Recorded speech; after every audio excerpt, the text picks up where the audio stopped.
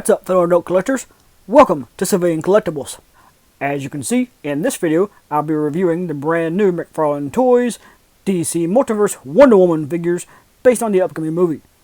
Originally, Wonder Woman 1984 was slated to come out in June, but because of the current COVID-19 crisis, it has been delayed.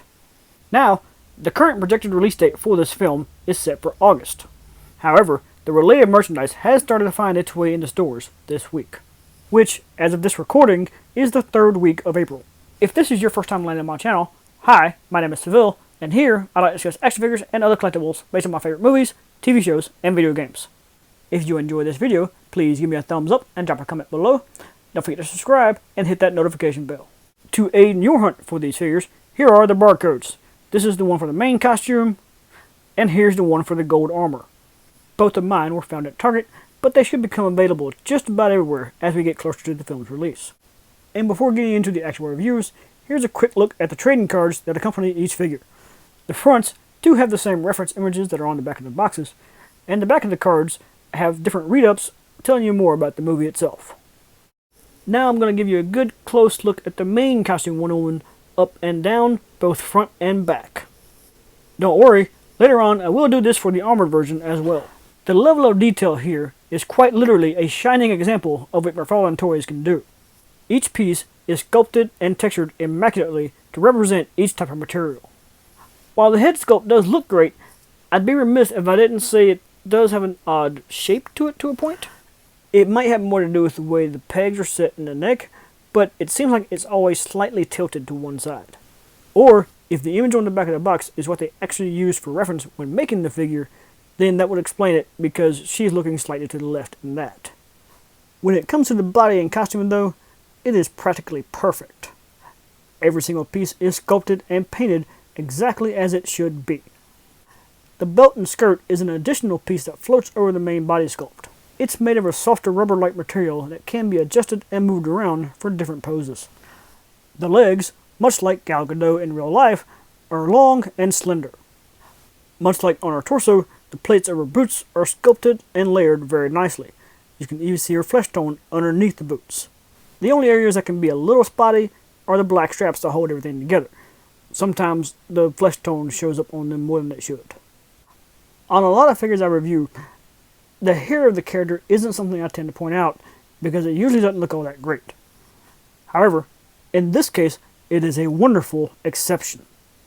Just like everything else on this figure, the sculpt is layered very well and painted even better. The lighter tones throughout really help it come to life. In all honesty, I may not be able to stress enough just how good this figure really looks. One question that may be on a lot of people's mind is how tall did this figure end up being? Well, the door frame on my background here is meant for 6-inch figures. Diana is a little over 7 inches. That is significantly taller than her Mattel counterpart. But, in my opinion, it doesn't look too bad against bigger characters like Steppenwolf. However, it probably wouldn't work very well with most DC Collectibles figures, and certainly not with Marvel Legends. Wonder Woman is actually even a little bit taller than the Action Comics version of Superman.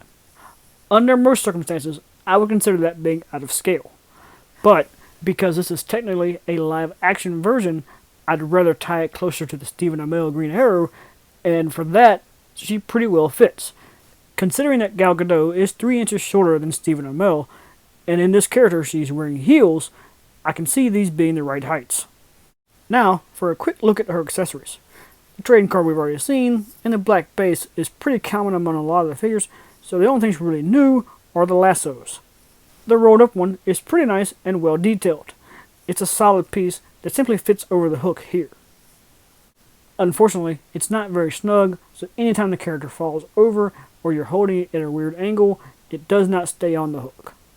When it comes to the stretched out one, I had hoped it would have one of those bendy wires through it, but unfortunately it does not.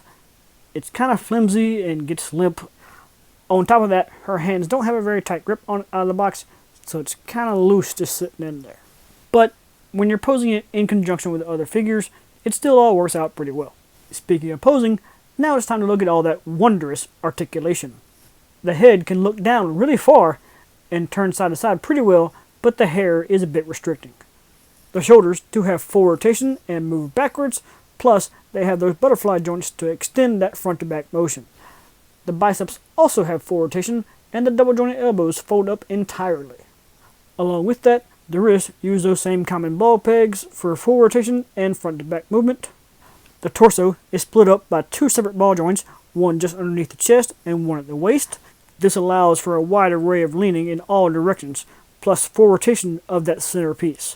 The hips can spread out pretty far sideways and almost just as well front to back. Because of the armor, the double jointed knees don't fold up quite as well as the elbows, but they're not bad. And finally, the ankles use those same ball hinges for a full range of pivot motion, plus there's the toe joint. With all that said, now it's time to move on to the golden armor version. And to put it plainly, it is gorgeous. Just real quick before I get into all the details, the only real accessory that comes with this figure is the action figure stand. It's exactly like the one that came with the Action Comics Superman, so there's nothing new there. The wings of this figure are sculpted really, really well. There's layer upon layers of the metallic feathers. However, the wings are kind of heavy, therefore they make her really out of balance. If it wasn't for the little black stand that came with the other figure, she wouldn't be standing on her own right now. In my displays, she'll probably always be on the flight stand. The wings can come back off pretty easily though. They're just plugged into the back using the same type of pegs that are in the wrist and ankles. And for the majority of this review, I'm going to leave them off to go through this a little easier. Now, for that good close up and down look of both the front and back. I do want to make it clear that the golden metallic color of this figure is the same throughout. The glares and glistens that you're seeing are because of my lighting. Considering how shiny and reflective the figure is, each image and angle will look a little bit different. But I can promise you, this whole thing is beautiful in person. The face sculpt on this one, to me, is even more accurate than the other. On top of that, just the design of the armor itself calls for even more detail being put into it. Much like I said about the wings, the layers upon layers of metallic pieces are sculpted in very, very nicely. Much like the belt and skirt on the other one, the lower part of the torso armor here is an additional piece floating above the main body sculpt. It too is malleable so that it doesn't restrict movement all that much. When it comes to the arms and legs, I gotta say that I love the chainmail effect that runs underneath the plates of armor. The attention to detail here and texture is simply incredible. The hair hanging out of the back of the helmet is sculpted just as well as the other figure was, but the paint detail is not quite there. Other than that, there's not even a whole lot of room for paint error because 90% of the figure is all the same color.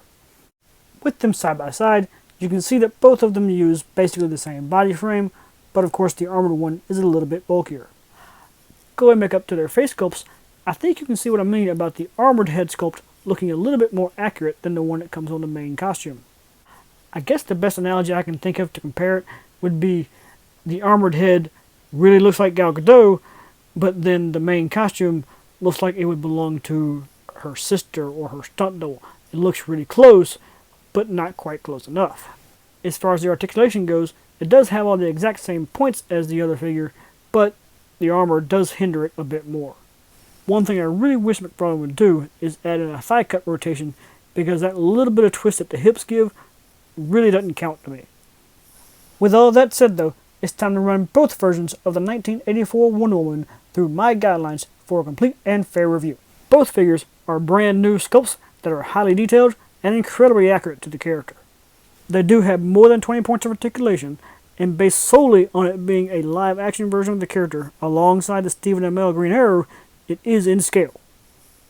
Unfortunately, neither figure balanced very well without the help of the stands. But those, along with the lassos, do count as accessories, and the roughly $20 price point is fair for McFarlane Toys. Personally, I did not experience any quality control problems with my figures, and I'm fairly sure that these figures will be more widely available as we get closer to the film's release. Therefore leading both the regular version and the armored version to a 9 out of 10 star rating, meaning they are outstanding and some of the best of the year. So if you're a fan of Wonder Woman at all, I highly recommend adding both of these to your collection.